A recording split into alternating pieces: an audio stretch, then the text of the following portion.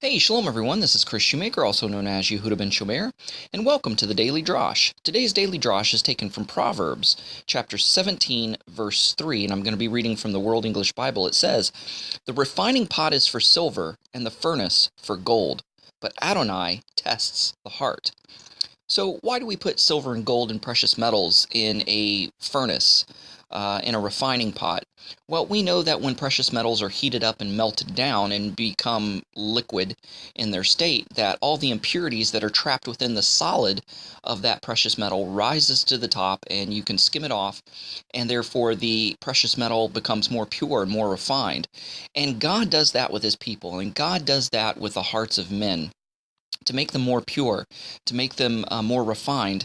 And so this is hinting that sometimes we go through trials, tribulations, hard times. We go through the furnace and the refining fire of the heart, which means it's going to be hot. It's going to be painful. It's going to be quite a process.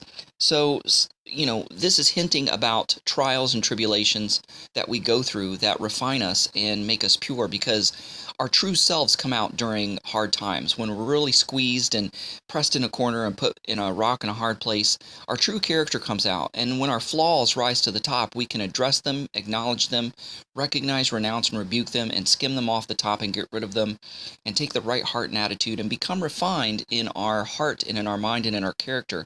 But there's another verse, and I think it's in the Psalms, and I think I'm not even going to try to remember the reference, but I believe it's in Psalms, where it says that God tests man by praise. So there's one way of refining, which is crisis and trial, trouble, tribulation. The other way God tests the heart and refines the heart is through praise. Because when we are praised and we're patted on the back, and when we are lifted up and exalted, we have two options. We can either become more humble, or we can become puffed up and prideful and arrogant and conceited. And so God tests our heart to see if we are truly his and we are truly humble through the praise that we get. Because sometimes when we get praise, we start thinking, well, yeah, I really am all that. Yeah, I am that good, darn it. I'm all that in a bag of chips too. And we become arrogant and we become prideful, and we think it's really us and really our talents that got us as far as we did, when in fact it was God's allowance and God's gifts and talents he's placed and put within us that got us where we are. And when we fail to acknowledge him, we become prideful. What happened when one of the pagan kings, I believe it was Nebuchadnezzar, if I'm not mistaken, who became prideful and says, well, look at all that I've done. Well, God struck him with insanity, and he became like an animal for years until he lifted up his eyes and acknowledged, no, God, it was truly you who gave me all this. So, we can say that arrogance and conceit can lead, and pride can lead to insanity. After all, pride led to the rebellion of who we know as Satan. And man, it was insane for him to think that he could rebel against God and rise above God and take his place. I mean, that is the definition of insanity there. So the refining pot is for silver and the furnace for gold, but Adonai tests the hearts. So whenever you're going through a trial or tribulation, you're going through a test, you're going through a trial. Make sure you pass with flying colors. Surrender, submit to him, allow those flaws to come out, recognize them, face them, deal with them, repent of them, and get rid of them.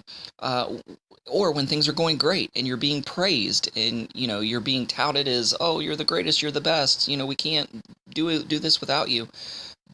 Use that as an opportunity, as refinement, to become more humble and to give more praise and more acknowledge and more recognition to God who gave you these gifts and allowed you to receive that praise. So we should always be reflections of praise, because whenever Yeshua was praised, he always gave glory to the Father. He always pointed into the direction of his Father whenever people praised him.